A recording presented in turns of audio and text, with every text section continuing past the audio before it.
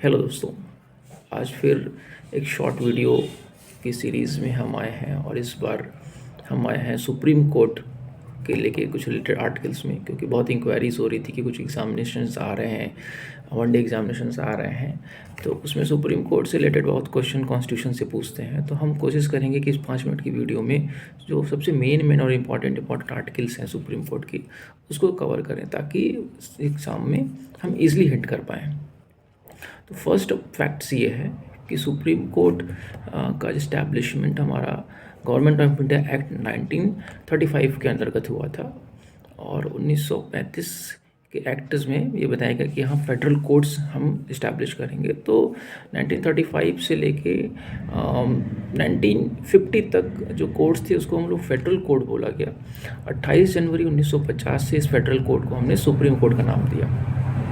तो हमारा संविधान की में सुप्रीम कोर्ट के बारे में भाग 5 यानी पार्ट 5 में यूनियन के बीच में दिया है आर्टिकल 124 से लेके 147 तक, यानी आर्टिकल 124 से लेके 147 तक हमारे सुप्रीम कोर्ट के बारे में डिटेल में दिए हुए हैं। वैसे तो सुप्रीम कोर्ट के अगर हम पावर जुरिडिक्शंस की बात करें तो बहुत सारा वीडियो बनेगा, बट हम शॉर्ट वीडियो में बात कर रहे हैं।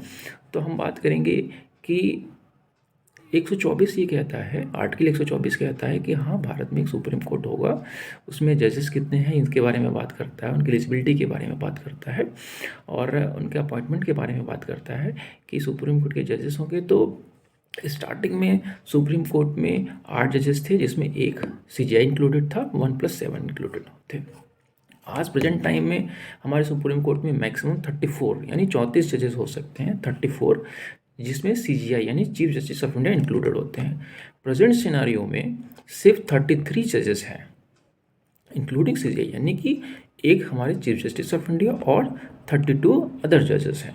एक जजेस की वैकेंट सीट अभी भी वैकेंट है, उसका अपॉइंटमेंट देखिए सरकार बहुत जल्दी कर सकती है। तो हमने माना कि 134 यानी 124 में आर्टिकल 124 में सुप्रीम जजेस के बारे में बात की गई है, और उनकी इसमें एलिजिबिलिटी बात की गई है कि सुप्रीम कोर्ट में जज होने की एलिजिबिलिटी क्या है। तो देखिए, पहला एलिजिबिलिटी ये है कि भारत का नागरिक तो होना ही चाहिए।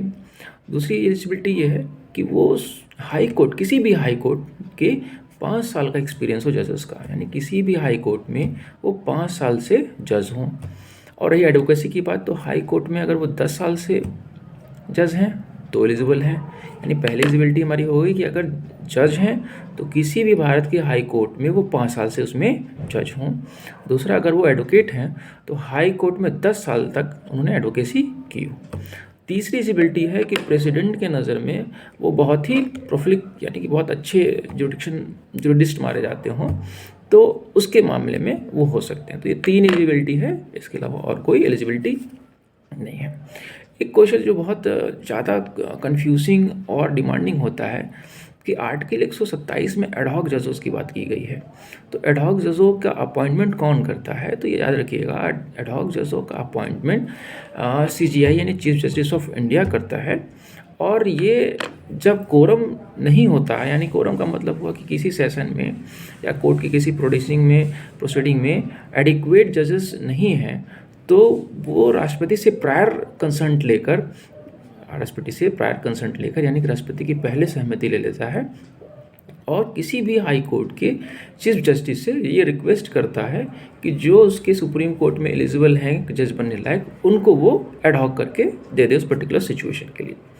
इसमें क्वेश्चन और आता है कि क्या कोई रिटायर्ड जज भी यहाँ पे एडहॉक हो सकता है? तो यस, हो सकता है। इसमें इस प्रोविज़न है कि हाँ, वो एडहॉक हो सकते हैं, बट उनका जो डेजिग्नेशन है वो एज अ जज नहीं होगा। वो जब तक वो वहाँ पे काम कर रहे हैं तब तक है, उसके बाद उनकी जज की डेजिग्नेशन को हम ले लेंगे। फिर अगला हमारा मोस्ट इम्पॉर्टेंट आर्टिकल आता है कि कोर्ट ऑफ रिकॉर्ड।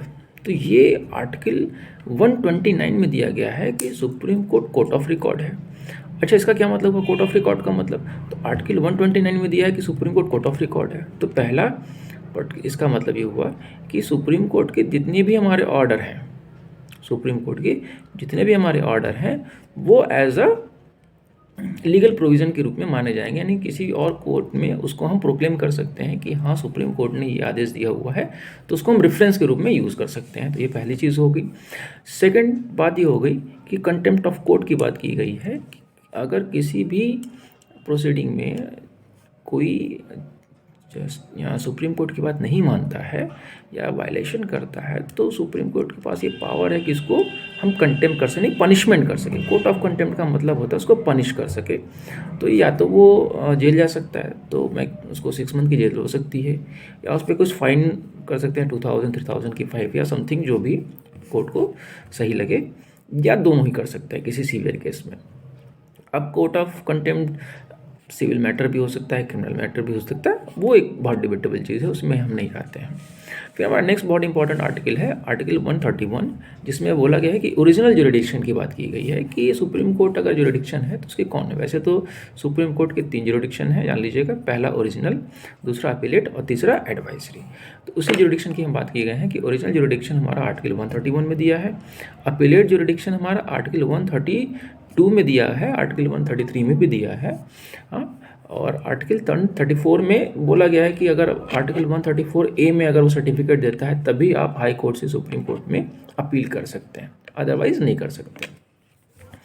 फिर अगली बात हुई है कि आर्टिकल 137 में कहा गया है कि सुप्रीम कोर्ट जुडिशल रिव्यू कर सकता है। जुडिशल रिव्यू का मतलब कि अगर उसने अपने कोई जजमेंट दिया है, उसको पाता है कि कोई सब्सटेंशियल ऑफ लॉ है जिसको हम फिर से रिविजिट कर सकते हैं, तो वो उस बारे में करता है, उसको फिर से अपने पास बुलाता है और बेंच बैठाता है, उसको रिव्यू करता है कि हाँ क्या कोई ऐसा लीगल मैटर तो नहीं छूट गया या कोई भी ऐसी चीज़ डिस्क्रिपेंसी तो नहीं हुई है। वो सारे काम वो आर्टिकल 137 में कर सकता है।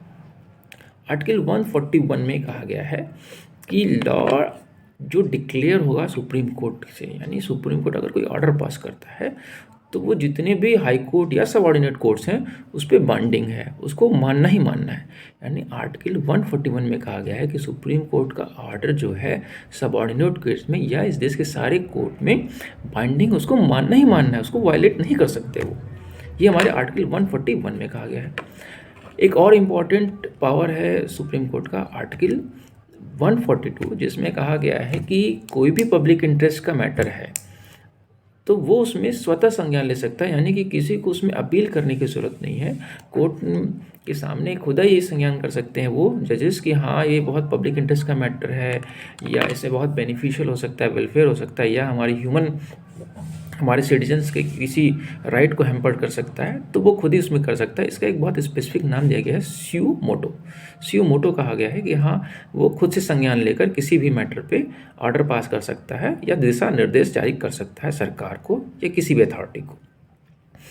फिर आर्टिकल 143 में कहा गया है संविधान के कि सुप्रीम कोर्ट से प्रेसिडेंट किसी भी सब्सटेंशियल लॉ मैटर पर एडवाइस ले सकता है। यानी हमने जो बोला था कि 3 उसके जुडिक्शन हैं, ओरिजिनल जो 131 में आर्टिकल 131 में है, अपीलेट जो आर्टिकल 132 में है, और एडवाइजरी जो उसका जुडिक्शन है जो कि आर्टिकल 143 में।